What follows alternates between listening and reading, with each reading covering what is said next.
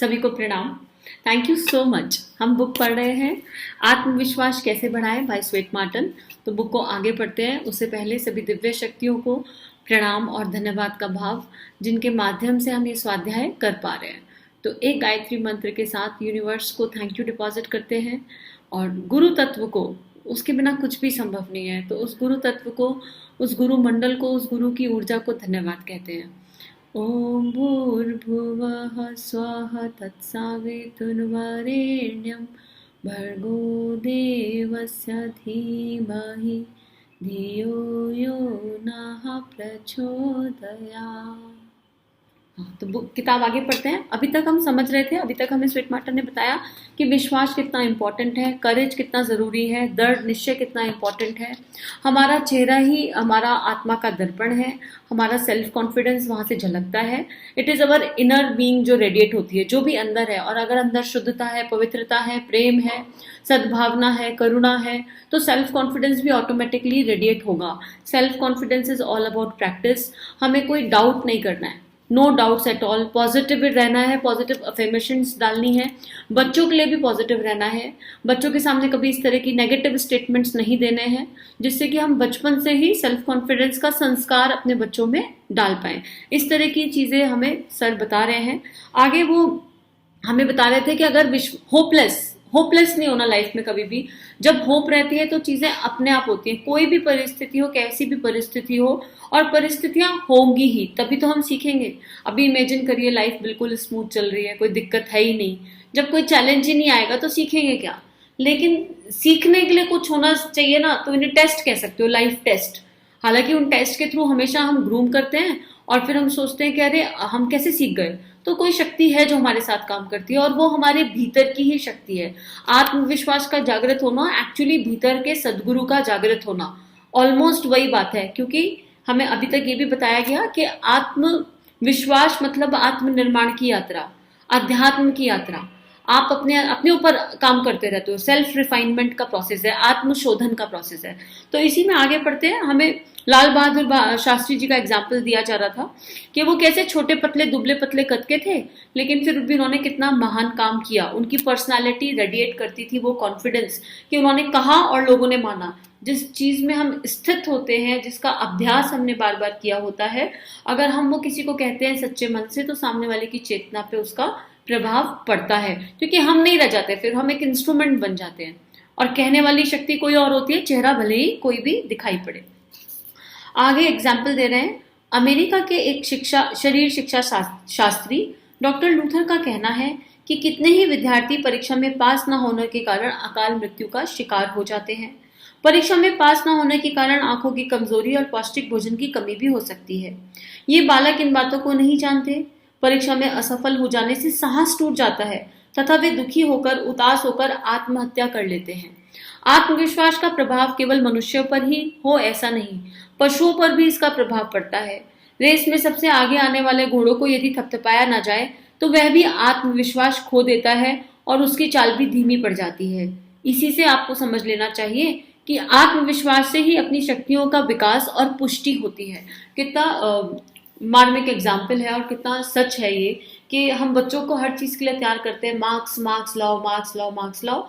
बच्चे ने पूरे साल मेहनत करी। हर बच्चे का लर्निंग करने का तरीका अलग होता है, उसका स्टाइल लर्निंग स्टाइल अलग होता है, और हर बच्चे की रिटेंशन कैपेसिटी, उसका कॉग्निटिव ब्रेन डिफरेंट है। तो जरूरी नहीं है कि हर बच्चा एग्जाम में 90%, 95% या पेरेंट्स की एक्सपेक्टेशन के अकॉर्डिंग लाए।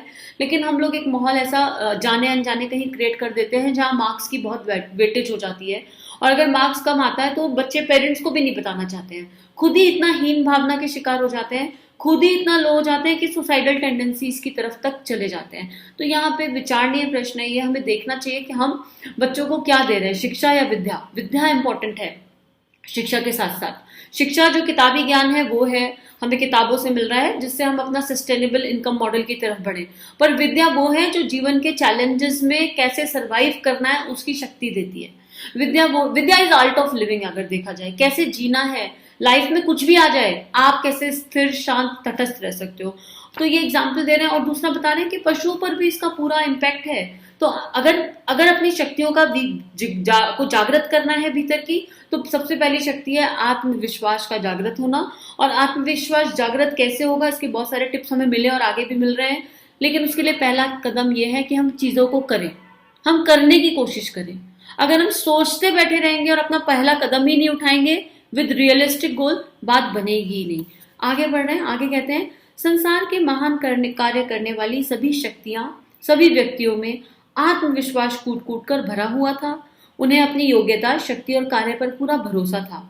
आपको भी चाहिए कि आप अपने आत्मविश्वास को बनाए रखें और इस बात का ध्यान रखें कि आपने जो कार्य आरंभ किया है उसे पूरा करने की शक्ति आप में है। अधिकांश महान पुरुषों के जीवन चरित्र पढ़ने पर आपको पता चलेगा कि संसार में सभ्यता को ऊंचा उठाने में महत्वपूर्ण योगदान देने वाले इन महानुभावों ने जब कार्य आरंभ किए तब वे अत्यंत निर्धन थे। जब शुरुआत करते हैं बहुत ऊंचे लोग तो बहुत कुछ नहीं होता, एक शक्ति होती है आत्मविश्वास की शक्ति, समय का सुनियोजन, रियलिस्टिक गोल, और उन्होंने ठान लिया, उन्हें पता होता है कि उन्हें करना है। और सबसे इंपॉर्टेंट एक चीज और होती है, इंटेंशन बहुत प्योर होती है और स्वार्थ के लिए नहीं परमार्थ के लिए काम करने का भाव होता है।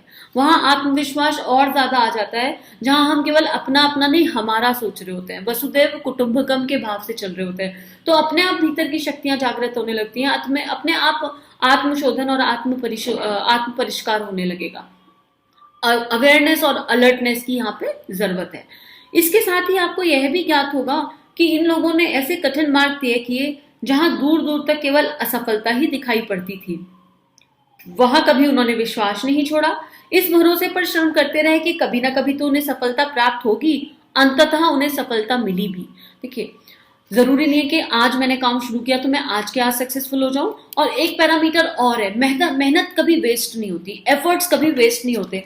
हो सकता है आपने काम ए में हाथ डाला हो लेकिन नहीं सफलता मिली, तो पहले तो ये चेक करना है कि सफलता क्यों नहीं मिली। कहीं ना कहीं हम लैग कर रहे हैं, हमें वो पैरामीटर्स आइडेंटिफाई करने हैं कि हमने समय वेस्ट किया, या हमारे गोल रियलिस्टिक नहीं थे, या हम लोग एफर्ट्स पूरे डाल रहे थे पर सही दिशा में नहीं डाल रहे थे। वो सब एनालाइज करना है for sure. But at the same time अगर मेहनत करी है तो रिजल्ट आएगा। हो सकता है काम ए में ना आए, कहीं और आ जाए, काम बी में आ जाए, पर रिजल्ट आएगा, ये फॉर श्योर है। और आपको वो दिखेगा, अपनी चेतना में वो परिवर्तन फील होने लगेगा। इसलिए गिव अप मत करिए। कई बार साधना के समय भी लोग गिव अप कर देते हैं, अरे हमने 2 साल का अनुष्ठान कर लिया, 4 साल का कर लिया, 1 साल का कर लिया, या XYZ टाइम का कर लिया, रिजल्ट नहीं आया तो गिव अप कर दिया।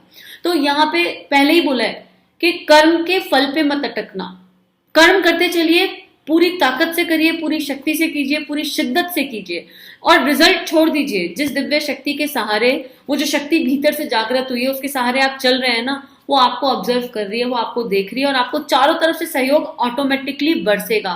बस इंटेंशन प्योर होना चाहिए, मन शुद्ध और पवित्र होना चाहिए, और कहीं ना कहीं कनेक्टिविटी भी होनी चाहिए अपने भीतर वाले सदगुरु से, अपनी आत्म चेतना से, अपने उस गुरु तत्व से, उस डिवाइन एनर्जी से। आप उसको कुछ भी नाम ले लो, जो आपको अच्छा लगता है वो नाम ले लो। आगे लिखते हैं, वर्षों की तपस्या का फल उन्हें प्राप्त हुआ। यह स्वयं का विश्वास का चमत्कार ही कहा जाएगा। इच्छा के साथ लगन और आत्मविश्वास भी जब मिल जाते हैं तो असंभव कार्य संभव बन पड़ते हैं। इच्छा, मेरे मन में भाव आया, इच्छा आई, उसके साथ लगन यानी नॉन स्टॉप काम करना है, लगन जुड़ गई उसके साथ, और आत्मविश्वास भी जुड़ गया। अभी मुझे यहाँ भगवान ध्रुव की कहानी याद आ रही है, कितना बाल मन, कितना छोटा, मन में इच्छा जगी नहीं, भगवान की गोद चाहिए। कॉन्टिन्यूस एफर्ट्स और भगवान की गोद की प्राप्ति हो गई। तो हम लोग तो सांसारिक गोल्स की बात कर रहे हैं अभी, ये तो बहुत ऊंचा गोल था, तो हमें कैसे नहीं मिलेंगे? संभव ही नहीं है कि ना मिले जो हमारी आत्मा ढूंढ रही हो। जो पैरामीटर्स अगर सही हैं, किसी को तकलीफ पहुंचाने का भाव नहीं है, एकदम प्योरिटी मन में है, तो संभव ही नहीं है कि हमें यूनिवर्स हमें सपोर्ट ना करे या हमें वो चीज ना मिले जो हमारी आत्मा ढूंढ रही है। आज विभिन्न प्रकार के आविष्कार जिसका हम लाभ उठा रहे हैं, उन्हीं के परिश्रम की देन है। यह उन्हीं लोगों के पुण्य प्रताप का फल है जिससे हमें अनेक प्रकार के सुख प्राप्त हो रहे हैं। हम दिनों दिन घंटों काम करते हैं, मिनटों में पूरा कर लेते हैं। जिन लोगों ने ये कार्य किए वे विपत्ति के बादल से घिरे होने पर भी निरुत्साहित नहीं हुए, अपने रास्ते पर बढ़ते चले गए, और अंत में इस संसार ने उनका लोहा माना। इससे सिद्ध होता है कि प्रत्येक कार्य को भली प्रकार से पूरा करने के लिए आत्मविश्वास नितांत आवश्यक है।